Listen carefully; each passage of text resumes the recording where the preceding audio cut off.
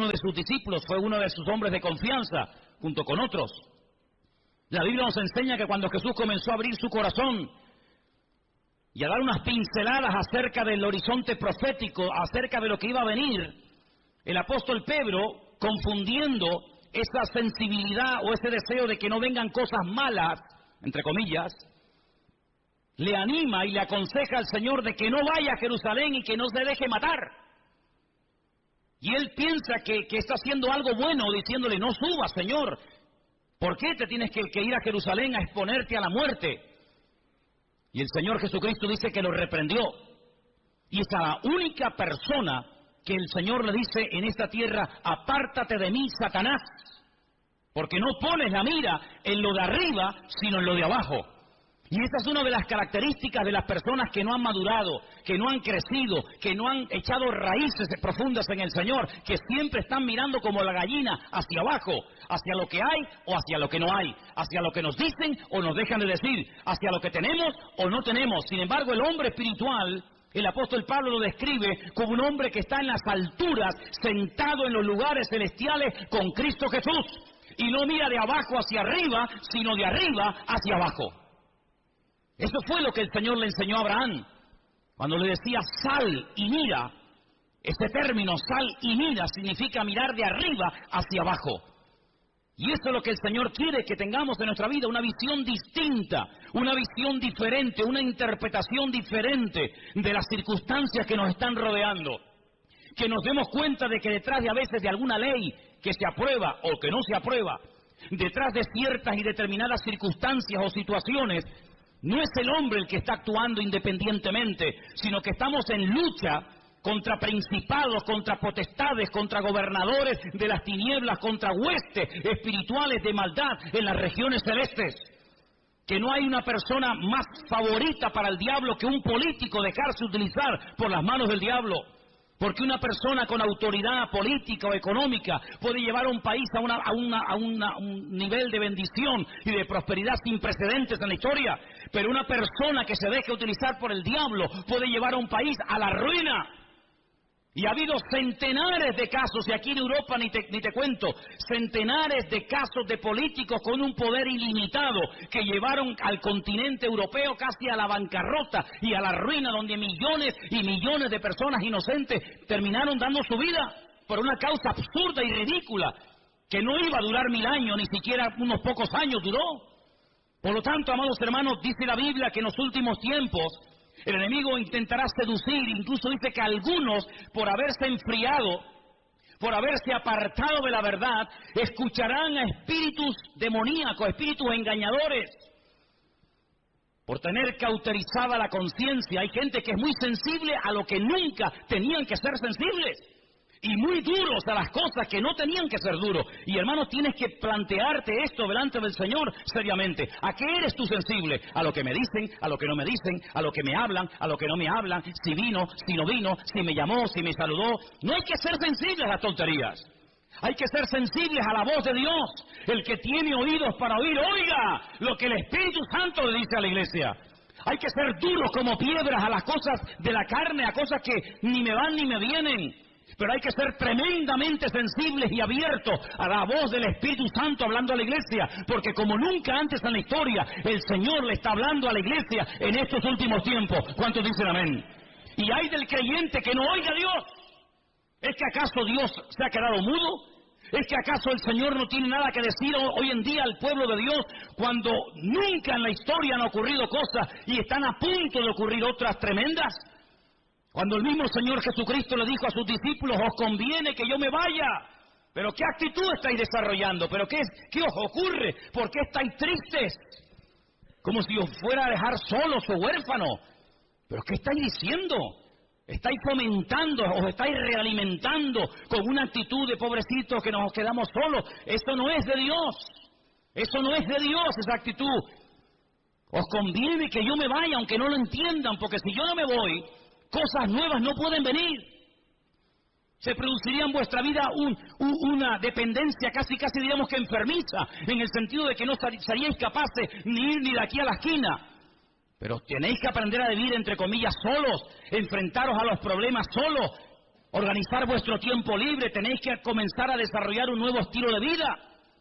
Y sobre todas las cosas, cuando yo me vaya, yo a la diestra del Padre le rogaré a mi Padre para que os envíe al Consolador, para que esté con vosotros para siempre. Yo no puedo estar de momento con vosotros para siempre, pero cuando Él venga, y la pregunta es, ¿vino o no vino? ¿Vino el Consolador? ¿Vino el Espíritu Santo a la iglesia, a este mundo, sí o no? Pues dice, Él tomará de lo mío y Él os lo hará saber.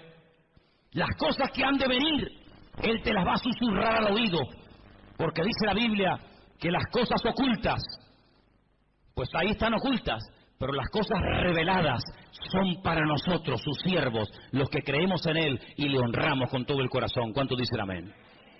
Así que para nosotros la Biblia no es como para el mundo un libro más, papel y tinta, muy interesante, sino que para nosotros la Biblia es un libro vivo a través del cual Dios nos habla, pero esta palabra, esta letra negra en hojas blancas, tiene que cobrar vida cuando viene el Espíritu que la inspiró. Y entonces Él nos recuerda las cosas, Él nos ilumina el camino, Él toma de Cristo y lo glorifica en nuestra vida. A eso tenemos que ser sensibles. Pero si entramos en un círculo de religiosidad, si no hay una renovación espiritual, si no hay un crecimiento, si hay una vida rutinaria, monótona, tú no te vas a enterar de nada. Pero dice la palabra del Señor que no solamente tenemos que acordarnos de su palabra, fijaros en el versículo 4 dice, acordaos de la ley de Moisés. En otras palabras, hay que echar un ojo al pasado, a lo que se dijo, a lo que se escribió, a lo que se profetizó, a lo que se reveló, pero también dice en el versículo 5, pero yo os envío al profeta Elías. Es decir, con un ojo miramos atrás a lo escrito y con un ojo miramos adelante a lo que está a punto de cumplirse. Hay gente que solamente mira atrás. Hay gente que solamente mira al pasado. Incluso algunos cuando van a dar algún testimonio, te cuentan un testimonio de hace 10 años. Que está bien, gloria a Dios, lo que el Señor hizo en tu vida hace 10 años. Me parece muy bonito. Pero ¿y hoy? ¿Hoy? ¿Tienes algo nuevo que contar? ¿O cuando te pida un testimonio vas a subir aquí y me vas a contar cómo te convertiste y cómo Dios te sanó y cómo Dios te liberó hace 40 años? Y ahora ya tienes 40 años más y no hay novedad, no hay renuevo en tu vida. No, mirar atrás a lo que se escribió, mirar a mi siervo, mirar a las profecías, pero no se olviden que también hay que mirar adelante, a lo que viene. ¿Cuántos dicen amén? Y nosotros vamos a ser una generación que vamos a ver cosas que ninguna generación de la historia vio. Porque la Biblia dice que las cosas que ninguno vio, las cosas que ninguno oyó, son las que las verán y las experimentarán aquellas personas que aman al Señor. ¿Pero en qué estás metido tú? ¿Estudias la palabra? ¿Le preguntas cosas al Señor? ¿Le pides detalles? ¿Le pides información al Señor? Hermanos, cuando se captura a un soldado enemigo, se le interroga, se le saca información. ¿Dónde están los aviones? Dime, ¿dónde están las tropas? ¿Por dónde van a atacar? ¿Cuántos sois? ¿Cómo se llaman vuestros generales? ¿Qué planes tenéis? ¿Qué proyectos tenéis? ¿Qué día pensabais atacar? ¿Por tierra, por mar, por aire? Se le saca información. Nosotros tenemos la mejor fuente de información que jamás ser humano podría tener en esta vida, y es la fuente genuina, la fuente verdadera, y es la fuente de nuestro Dios, el que nos revela la verdad, el que nos muestra el camino. Lámpara es a mis pies tu palabra y lumbrera mi camino. Dice que es como una antorcha que alumbra en medio de las tinieblas, para que aquel día no os sorprenda como ladrón en la noche. Nosotros podemos saber quién será y quién no será el anticristo, hasta cómo se va a llamar, y cómo va a ser, y cómo va a hablar, y dónde va a vivir, y qué va a hacer, y dónde va a morir. Lo sabemos nosotros. ¿Por qué? Porque miramos a lo escrito, pero también miramos con suma cautela al futuro, porque sabemos que lo que se escribió se va a cumplir sí o sí en nuestros tiempos. ¿Cuántos dicen amén? Pero si gastas más tiempo en ver Supervivientes, El Gran Hermano y todas esas sandeces y estupideces que tienen a la gente atontada, incluso a muchos de ustedes que los tienen atontados, perdidos, que os sabéis el nombre de todos los golfos y golfas de este país, que no han pegado un palo al agua en la vida, que viven del cuento, de Platón, Plató, de mentira en mentira, de engaño en engaño, que no han hecho nada, ni han estudiado, ni han trabajado, sino que se acostaron con uno y viven de lo que del pecado que hicieron. Si solamente dedicáis tiempo a eso y no a la palabra de Dios, aquel día muchos de ustedes les va a sorprender como ladrón en la noche. Pero el Señor dijo, ustedes no pueden ser así. Ustedes tienen que estar velando y orando para que el diablo no os sorprenda y para que no os quedéis sin aceite, sino que viváis renovados. Ahora, ¿qué ocurre con este pueblo? Entró en una actitud muy peligrosa y contagiosa. Dejadme que os diga algo. La salud no se contagia. Usted está sano y se junta un enfermo y su salud no contagia no contagia en el buen sentido de la palabra a ningún enfermo. Y aquí tenemos un gran enfermero entre nosotros que nos lo podría decir, y tenemos hermanos que entienden de esto. Usted va a un hospital, usted está sano, no tiene ninguna enfermedad, no tiene ningún problema, su salud no se transmite a nadie. Pero cuidado, hay algunas enfermedades que si no tomamos medidas preventivas, sí nos pueden ellos contaminar a nosotros. ¿Sí o no?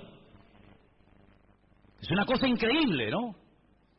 Como una manzana podrida puede afectar a todo un saco y no todo un saco a una sola. Es increíble, pero es así.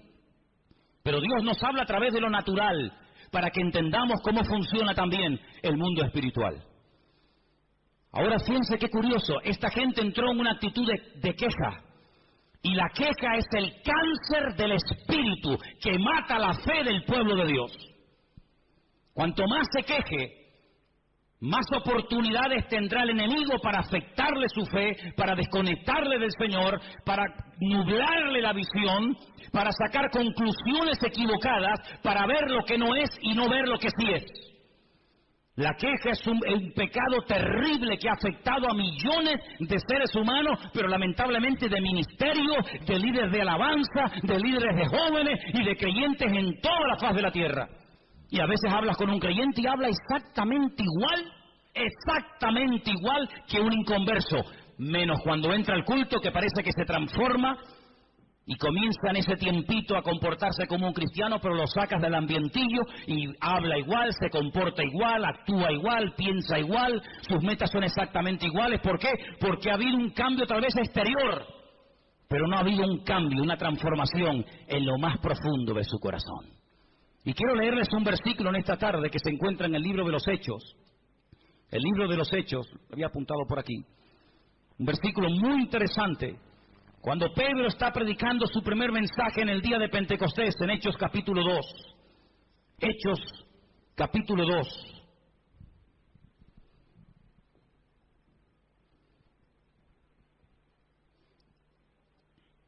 ¿Lo tienen, hermanos?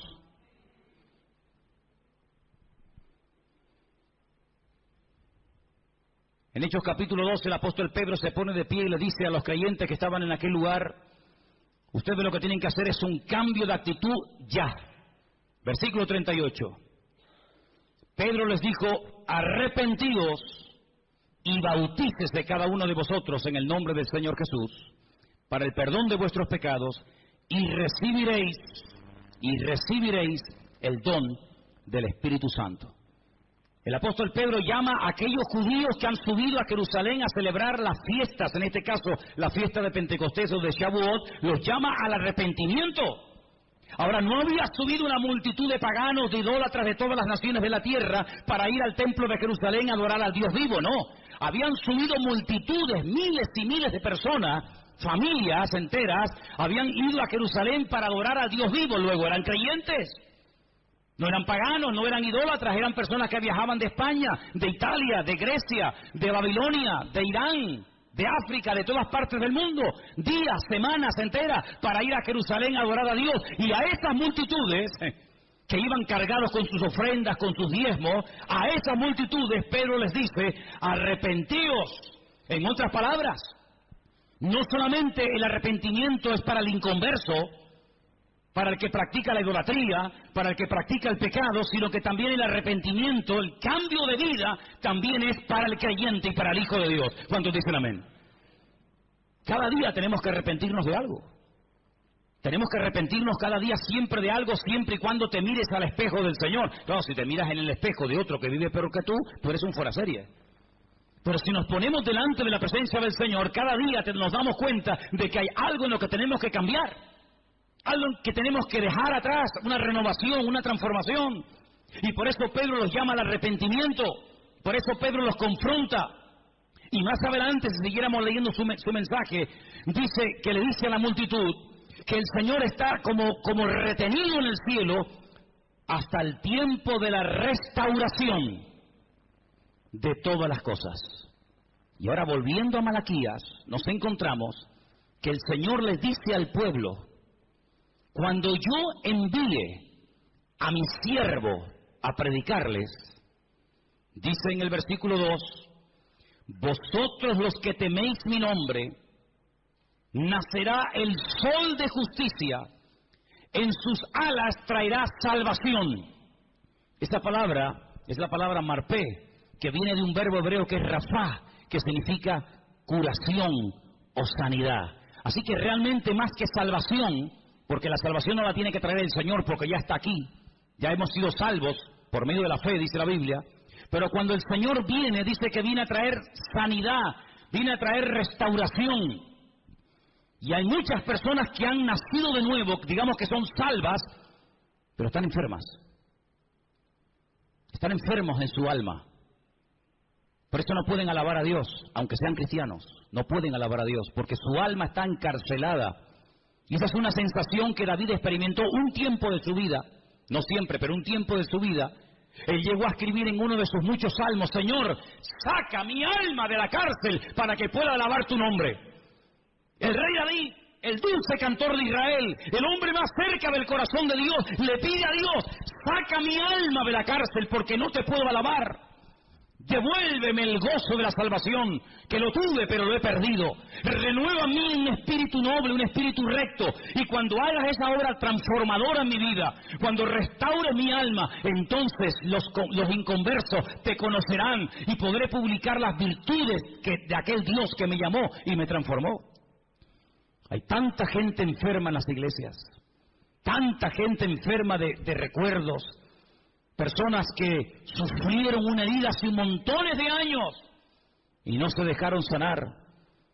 Personas que en la intimidad viven como inconversos y se llaman cristianos.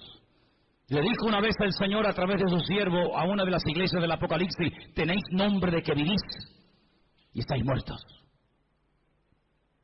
Usaban un nombre que no hacía referencia a la situación real de la congregación y a la situación real de su vida. ¿Cómo se sabe si usted está vivo realmente? Primero, hay un deseo tremendo de alabar a Dios constante y permanentemente, ¿sí o no? ¿No se acuerda usted cuando comenzó a conquistar a su mujer? ¿Eras tan seco como eres hoy en día? ¿Eres tan antipático como a veces eres? ¿O tan frío, o tan no sé qué? ¿A que no? Ay, amigo. Le voy a pedir un día a las hermanas que traigan las poesías que tu marido te escribía antes de casarte contigo. Elena guarda todas las cartas, ni se te ocurra traer una, ¿eh? Elena tiene montañas de cartas que yo le escribía desde el ejército cuando estaba. Las cosas que uno decía para conquistar a esa mujer, ¿verdad? Uno no sé de dónde sacaba ese ramalazo de Gustavo Adolfo Bécquer. No sé de dónde sacaba uno eso. Después ya se acabó todo eso. Se acabó todo eso. Qué tremendo, ¿no? Pues eso es la primera característica de un cristiano que está vivo, que tiene ganas de alabar a Dios, porque está enamorado de ese Dios que le ha transformado la vida. Cuando un creyente no alaba a Dios, está enfermo. Está enfermo. Si usted no tiene ganas de alabar a Dios, tu amor hacia Él se ha apagado. Si tú ya no tienes ganas de decirle nada a tu esposa o a tu marido, es que tú ya no lo amas como al principio. Ya para ti el vivir o el convivir con él ya es como una especie de, bueno, esto es lo que hay. Sin embargo, en la Biblia nos llama a una renovación constante y permanente. Vivir con un hombre, vivir con una mujer a la cual no amas y del cual no estás enamorado, tiene que ser una tortura. Hasta asco te tiene que dar que te ponga la mano encima. Estar al lado de un hombre, dormir al lado de un hombre y de una mujer que no amas, cuando tu corazón no está con ella o cuando tu corazón no está con él, tiene que ser una tortura terrible. No ves la hora de salir de esa casa. Siempre hay algo que te atrae más que estar en casa. ¿Por qué? Porque no quieres estar con ese hombre, porque no quieres estar con esa persona. Cualquier cosa te atrae. Sin embargo, cuando estás enamorado de él o de ella, ay amigo, las horas son segundos, ¿a que sí? Pero cuando no hay amor, los segundos te parecen eternidad. Eso es lo que pasa con el Señor. Lo segundo que pasa cuando uno está enamorado del Señor es que le quiere hablar a todo el mundo de lo que tú tienes. Al amigo, al vecino, al compañero de trabajo, al primo, al cuñado, al de arriba, al de abajo, a todo el mundo. ¿Por qué? Porque quieres como que todo el mundo ame y sirva al Señor como tú lo estás haciendo. Pero cuando una persona no le habla a nadie del Señor, es porque no está orgulloso y no quiere presumir del Señor que tiene. ¿No tienes nada que decir? ¿Qué le voy a contar yo a mi vecino de Dios si yo ni siquiera le conozco? ¿Qué le voy yo a hablar a mi vecino del amor a Dios cuando yo ya ni le amo tanto, ni le alabo, ni le adoro? Es otra característica. Y podríamos hablar de muchas. Por eso el Señor les dice, mira, lo que a ustedes hace falta es una renovación espiritual. Y entonces dice que les enviaría el profeta Elías. Y ahí se produciría una restauración en el seno de la familia. Lean conmigo el versículo 5. 4:5 de Malaquías. He aquí, yo os envío al profeta, ¿qué dice? Elías, antes de que venga el día del Señor grande y terrible. ¿Saben que hasta el día de hoy Israel está esperando a Elías? En todas las sinagogas del mundo, en todas. Hay una silla muy bonita, enorme, en la cual nadie se sienta. Algunas veces la forran hasta con plástico para que no se eche a perder, ni se manche, ni se ensucie. Y cuando preguntas, esta silla tan grande, tan diferente a todas las demás, ¿esto qué es? Te dicen, esta es la silla donde se sentará el profeta Elías cuando venga. Y dice la Biblia que una de las cosas que haría Elías sería hacer volver el corazón de los padres hacia los hijos y el corazón de los hijos hacia los padres. Esa es una reconciliación de generaciones. Una reconciliación entre el pasado y el presente. Una reconciliación en la familia. Qué triste cuando a veces se han dividido iglesias y unos miembros de una familia están en una congregación y otros miembros de la misma familia están en otra congregación. Y salen el domingo de la casa y unos se van con papá a un culto y otros se van con mamá o con el primo, con el tío, yo qué sé, se van a otra iglesia. ¡Qué terrible! ¡Qué terrible que ni siquiera son capaces los miembros de una misma familia ir a un mismo lugar a alabar al Señor! El Evangelio, en vez de unirlos, los ha separado. El Evangelio, en vez de poner amor entre ellos, ha puesto un distanciamiento que aunque viven bajo el mismo techo y comen en la misma cama, o en la misma mesa y duermen en la misma cama, hay un abismo entre ellos. Y el Señor sabe que una familia dividida es una familia que no tiene nada que aportar a una congregación. Porque nosotros somos en la iglesia un conjunto de familias que no venimos aquí solamente a recibir, sino venimos a dar. ¿Pero a dar qué? Si no tenemos nada para dar, ¿qué es lo que vamos a dar?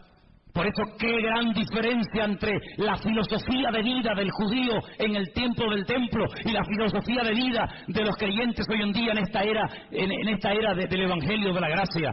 El judío iba al templo a dar, el judío viajaba días, semanas para ir al templo a dar, para ir al templo a adorar. El creyente viene al templo generalmente para recibir, a ver de qué nos va a predicar hoy el pastor. A ver quién va a predicar hoy, a ver cómo está el culto hoy. Y entonces depende de cómo ha ido el culto, depende de cómo ha ido el mensaje, te afectará para bien o para mal el resto de la semana. Y eso es algo que tenemos que corregir inmediatamente. ¿A ti qué más te da quién predique o quién no predique el domingo? ¿Y si predicó bien o predicó mal? Nosotros no venimos para ver a un hombre, nosotros no venimos para escuchar a una persona, nosotros venimos para traerle alabanza, para traerle gloria, para traerle todo lo que tengo en mi vida a nuestro Dios. Y si todos viniéramos para dar, no nos preocuparía ningún detalle que no haya salido como nosotros creíamos que tenía que haber salido, porque no vinimos a eso, no vinimos a cuestionar, vinimos a dar honra y alabanza al Señor. ¿Cuántos dicen amén? Algunos dirán, bueno, esto que vas a decir ahora no es aplicable. Ya vas a ver que sí, es muy aplicable. El Señor un día se paró, dice, para ver cómo la gente venía al templo a ofrendar. Y al final de todo se reúne con sus discípulos y les revela algo tremendo. Y les dice, ¿sabéis? La cantidad de gente que ha pasado por el alfolí trayendo sus ofrendas y sus diezmos, ¿sabéis? De toda la multitud, ¿quién ha dado más? Los discípulos no contestaron, tal vez tuvieron miedo de dar una respuesta equivocada. El Señor le dijo, esta mujer, esta, la viuda, que ni siquiera la Biblia nos dice cómo se llamaba, esta es la que más ha dado. Unas moneditas. Pero ¿sabes qué? Todos estos que han pasado antes que ella han dado de las sobras. Y cuando uno da algo que le sobra, tú no estás dando nada. Si tú tienes ropa que ya no usas en tu casa y la das al rastro, tú no estás dando nada, tú te estás desprendiendo de lo que ya no te gusta ni lo que ya no quieres usar.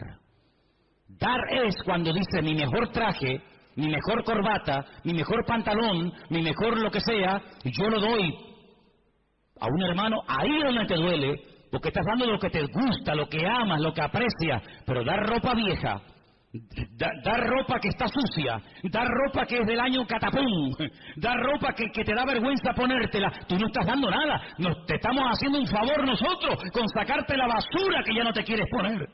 Y encima después presume de, no, yo he dado. ¿Tú qué has dado? Tú no has dado nada. Esta es la que ha dado, porque estos han dado de las sobras, y mientras des de lo que te sobra no estás dando, pero esta ha dado todo cuanto tenía.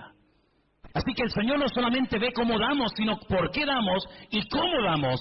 La actitud de esta mujer es la que le tocó el corazón al Señor y no la de todos aquellos religiosos que de cara a la galería presumían de que habían dado, pero sin embargo ella dio, dice, de una forma que impactó el corazón del Señor. ¿Cuántos dicen amén?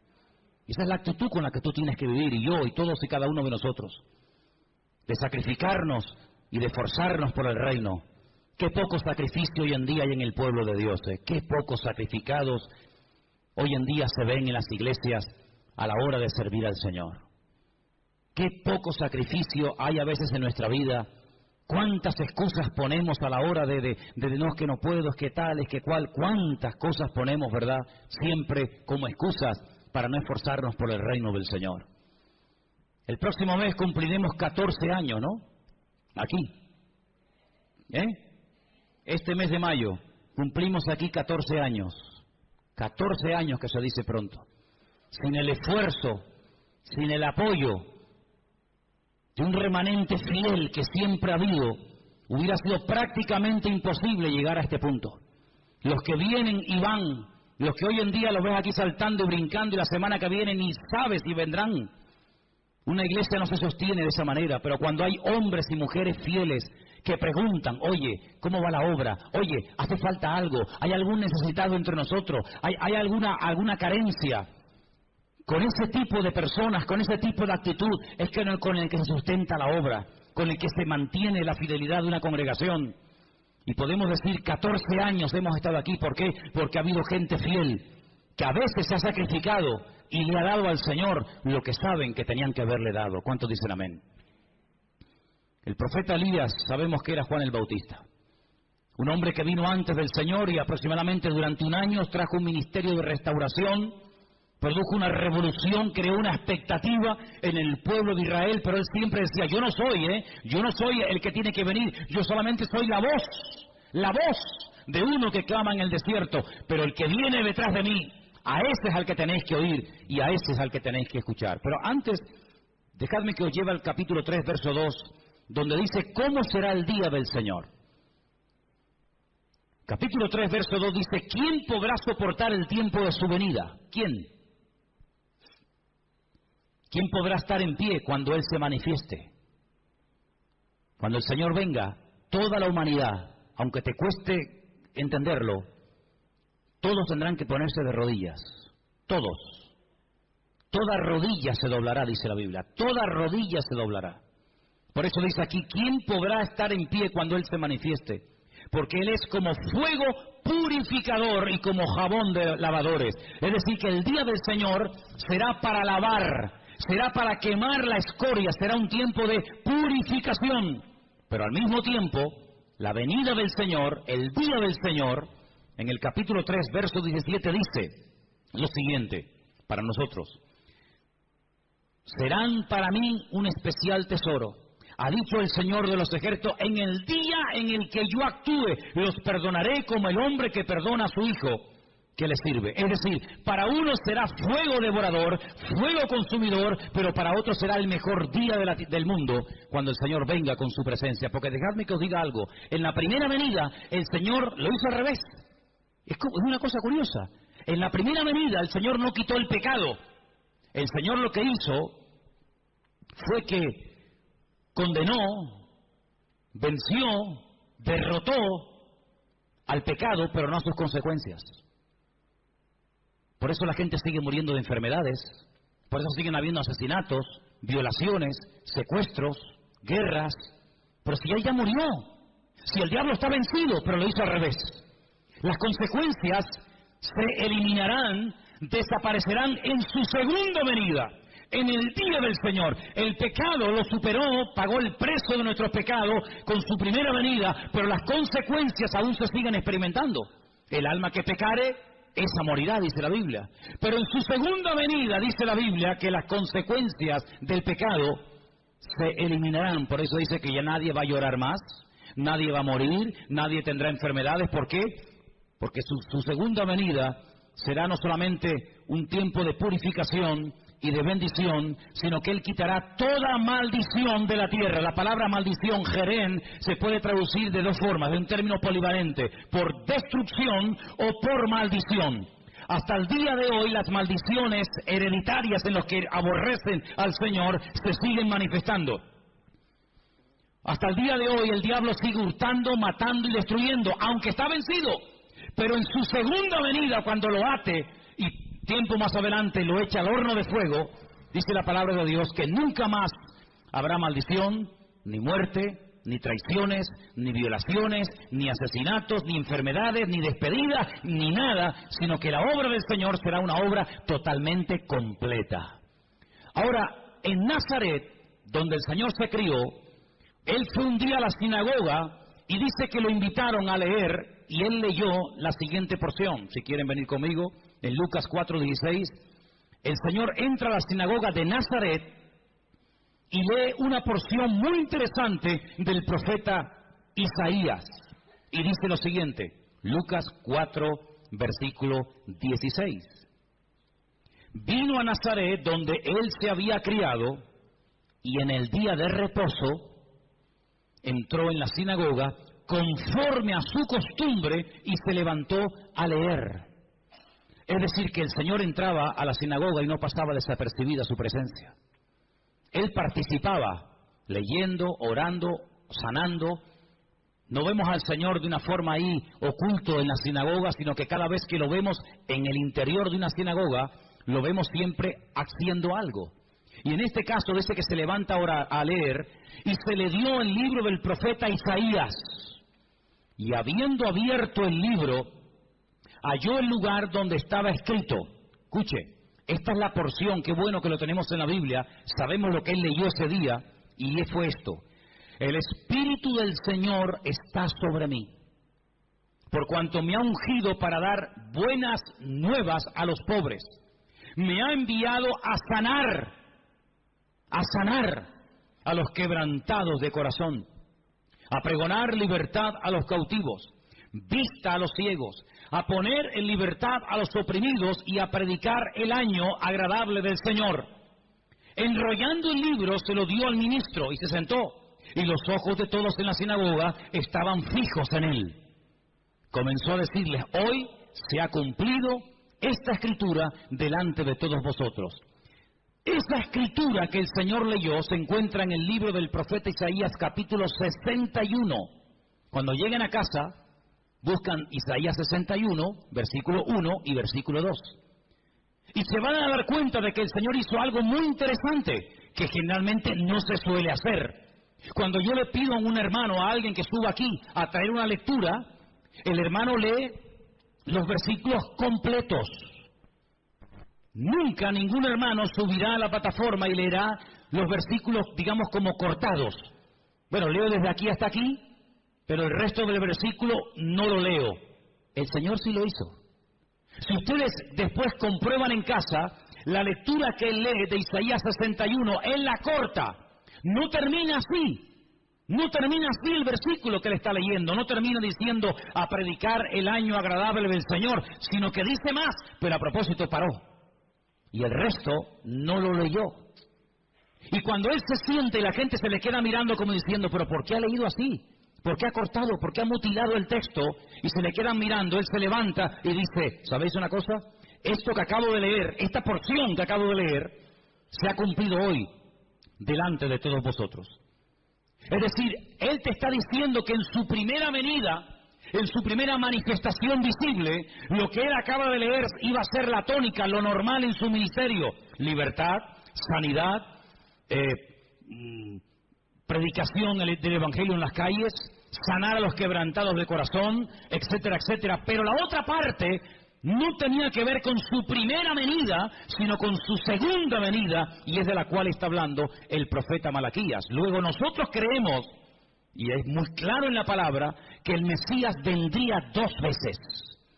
Una primera vez para cumplir con lo que hemos leído esta tarde, y una segunda vez, que es la que nosotros viviremos y experimentaremos y veremos, que tenemos que conocer los detalles y las cosas que van a ocurrir en su segunda venida.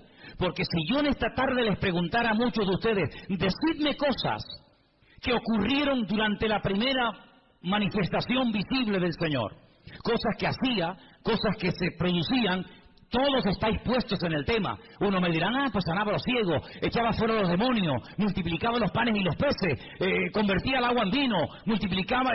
Bien, pero la segunda venida es la que a nosotros nos va a afectar directamente.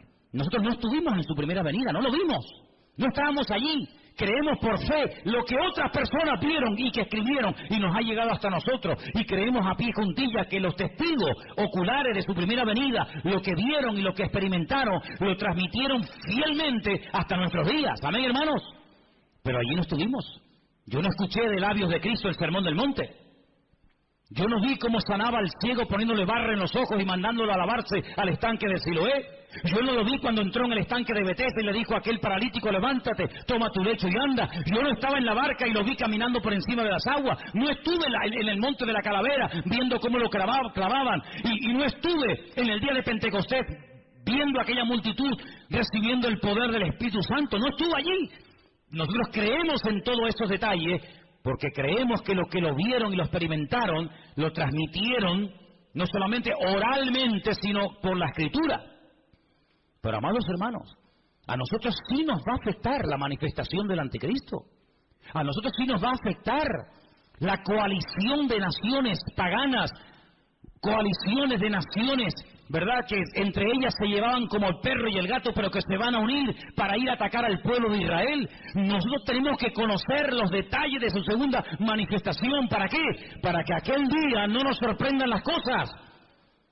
Porque tenemos que partir de la base, y Malaquías lo deja bien claro, que el que controla la historia, el que pone y el que quita, el que abre y el que cierra, el que mueve a las naciones y a los dirigentes del mundo, es el Dios soberano de toda la tierra. ¿Cuántos dicen amén? Así que los que van a ganar en las próximas elecciones,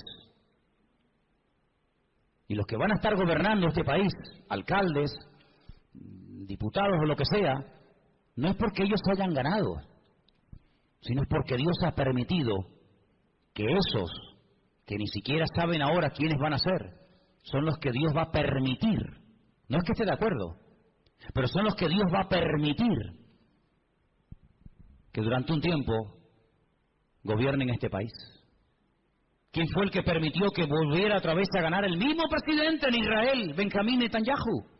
Nadie decía que iba a ganar, todo el mundo decía, esta vez no sale, esta vez no sale. ¿Quién es el que ha permitido eso? El Dios Todopoderoso, el que controla los movimientos de las naciones. Y Dios tendrá que poner a veces gobernantes terribles, terribles, injustos, depravados, ateos, que no aman a Dios ni a su palabra se someten. Dios permitirá que durante un tiempo estén ahí para que las profecías de la palabra se puedan llegar a cumplir, queridos hermanos. Pero tenemos que orar y no sorprendernos, y no tener favoritismo ni inclinaciones a un lado o a otro lado, sino decir que se haga la voluntad del Señor.